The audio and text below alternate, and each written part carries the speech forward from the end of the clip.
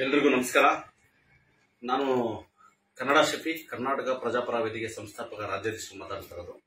ಇವತ್ತು ನಿಮ್ಮ ಮುಂದೆ ಬಂದಿರೋ ಉದ್ದೇಶ ಏನಪ್ಪ ಅಂದರೆ, ನಿಮಗೆಲ್ಲ ಗೊತ್ತಿರೋ ಹಾಗೆ ನೆನ್ನೆ ಕರ್ನಾಟಕ ಚಲನಚಿತ್ರ ವಾಣಿಜ್ಯ ಮಂಡಳಿಯಲ್ಲಿ ಒಂದು ವೇದಿಕೆ ಮೇಲೆ ನಟ ದರ್ಶನ್ ಅವರು ಪದ ಬಳಕೆ ಎಲ್ಲೋ ಒಂದು ಕಡೆ ಅದು ಮುಜುಗರ ತಂದಂಥ ವಿಚಾರ. ಹಾಗಾಗ್ಬಿಟ್ಟು ನಾವು ದೂರನ್ನ ದಾಖಲಿಸಿದ್ವು.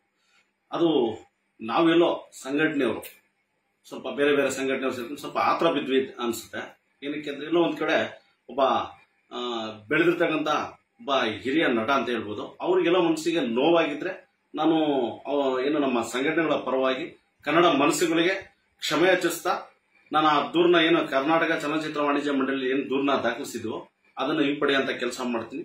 ಮತ್ತೊಮ್ಮೆ ಯಾರಿಗಾದ್ರೂ ಕನ್ನಡ ಮನಸ್ಸುಗಳಿಗೆ ನೋವಾಗಿದ್ರೆ ನಮ್ಮ ಸಂಘಟನೆ ಮತ್ತೆ ನಮ್ಮ ಸ್ನೇಹಿತರು ಅಧ್ಯಕ್ಷರುಗಳ ವತಿಯಿಂದ ನಾವು ಕ್ಷಮೆನ ಯಾಚಿಸ್ತೀವಿ. ಎಲ್ರಿಗೂ ನಮಸ್ಕಾರ.